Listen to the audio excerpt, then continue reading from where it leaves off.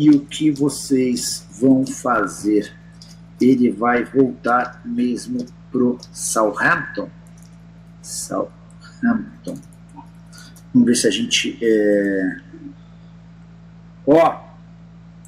informação importante, hein? Comecei a live contando que eu estava tentando descobrir desde ontem o valor da multa rescisória no pré-contrato assinado entre o Alan e o Botafogo. Só para lembrar, o Alan, volante, que estava no futebol lá do mundo árabe, que assinou um pré-contrato para virar jogador do Botafogo. Esse pré-contrato passa a valer a partir de 1º de julho. No Alan, que foi motivo de especulações, dando conta de que ele teria se arrependido de fechar com o Botafogo e agora gostaria de jogar no Vasco da Gama. Mandei mensagem para minha fonte durante a madrugada, perguntando se ela podia me contar o valor. Ignorou. Mandei mensagem hoje cedo, me ajuda aí, ignorou. Começou a live, eu falei assim, tô sem moral, hein? Aí a pessoa respondeu, aí Nicola, tudo bem? Se não me falha a memória, 5 milhões de euros. Então, só para atualizar vocês, ao vivo, tá? Essa informação eu nem havia contado em lugar nenhum, até porque não tinha. Falei para vocês que eu estava tentando descobrir. A multa do pré-contrato entre o Alan e o Botafogo é de 5 milhões de euros ou 29 milhões de reais. Levando em consideração que o Alan já é um jogador com mais de 30 anos de idade e que estava livre do seu contrato, estava ficando livre do seu contrato lá no mundo árabe, não tem a menor lógica o Vasco investir 5 milhões de euros para quebra dessa multa, tá? E aí outro detalhe, o Alan oficialmente nunca se manifestou arrependido dessa mudança. Então, dá para dizer que a chance de o Botafogo ficar com o Alan hoje é próxima de 0. Jogador de 33 anos de idade, tá? Disputou a última temporada pelo Al-Wahda dos Emirados Árabes Unidos, 34 jogos, 3 gols e 7 assistências.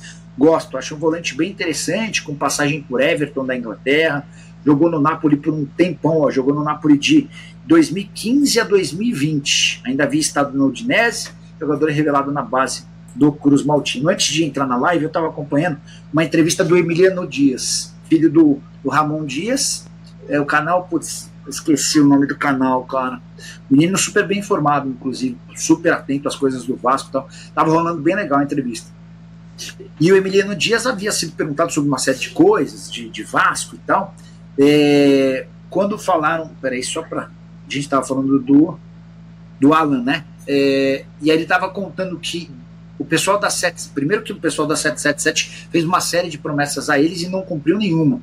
Aí o repórter ainda perguntou, mas que promessas? Por exemplo, de centro de treinamento, de reforços. E ele conta que ele e o pai mandaram uma lista com 28 atletas e só um desses 28 atletas foi contratado. Todos os outros não foram. E aí ele fala, não é que a gente pediu jogadores fora da realidade. Um foi parar no Boca, outro foi parar no Corinthians. Então eram compatíveis com a realidade do Vasco, mas não nos davam a oportunidade de emplacar os jogadores que a gente queria. E aí em determinado momento ele é perguntado sobre Souza, sobre Alan e tal. E ele conta que a 777 tinha dado a oportunidade de um volante só. E a busca, o nome do Ramon e do Emiliano era o do Cuellar. Porque eles já conheciam o Cuellar e tinham certeza que o Cuellar queria demais jogar com eles, que é o tipo de um leão dentro de campo, que ajudaria demais, enfim.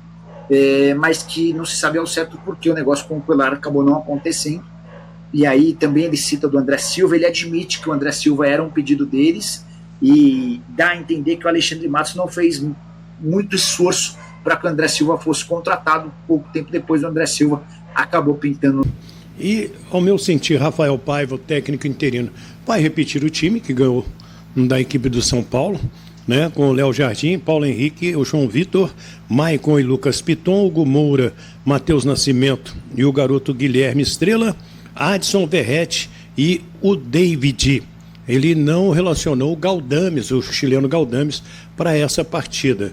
O que você viu o Vasco no sábado? Você acompanhou? O que você achou, Tiago? Vi sim. Tava em casa, vi o jogo, o São Paulo fez 1-0 e acho que o torcedor pensou, mais uma derrota. Tomamos um gol cedo, tal, não vai dar, o Vasco está muito mal. Só que aí o Vasco, de uma forma surpreendente, né? Ele consegue uma grande reviravolta na partida, uma virada para 4-1, placar dilatado, né? Elástico. num clássico brasileiro de duas grandes equipes, né? Das maiores equipes que tem no país, enfim. Fizeram final de campeonato brasileiro e o Vasco ganhou 1-0 gol do Sorato, lá no Morumbi. Lá no Morumbi, 89. E aí o Vasco ele conta com a participação especial dos garotos, né? O Estrela foi muito bem, fez um belo gol. O Leandrinho, que depois ele entrou no segundo tempo, marcou o terceiro gol também, um belo gol.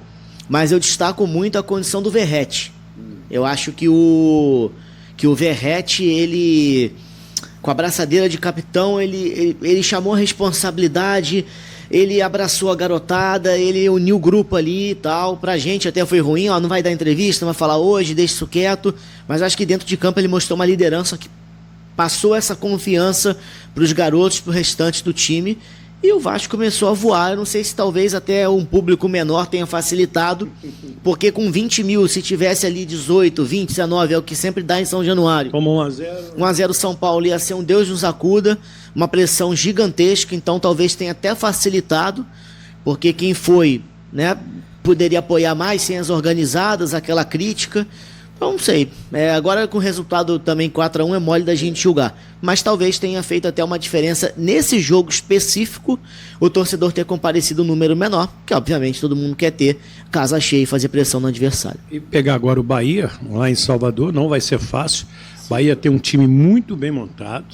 É um dos candidatos aí à parte alta da tabela do Brasileirão, você concorda? Concordo. O Bahia vai trazer nessa janela um lateral titular, né, ou titular da seleção colombiana. Acho que o Bahia com um zagueiro de ponta, mais um atacante de velocidade, que vamos supor, chegue para ser titular, e mais um cara ali de meio campo, uns 4 reforços o Bahia podendo trazer, mais um zagueiro bom e um atacante bom, com o que o Bahia tem hoje, e o trabalho de SAF, estrutura, que a gente já comentou aqui anteriormente, o Bahia tem tudo para fazer um campeonato para chegar. Não começou bem e depois caiu para chegar.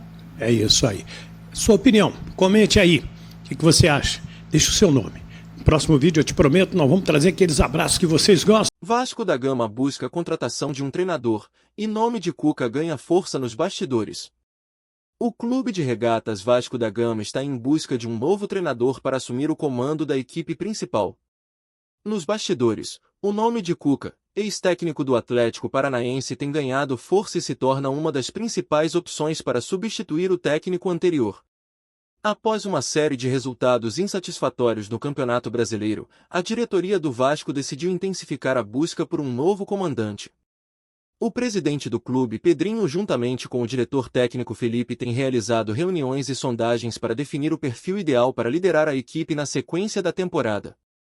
Cuca, que possui um currículo vitorioso com passagens por grandes clubes brasileiros e conquistas importantes como a Libertadores da América, é visto como um nome de peso para elevar o desempenho do time. Fontes internas do clube afirmam que já houve um primeiro contato entre o Vasco e o treinador, e as negociações estão em estágio inicial.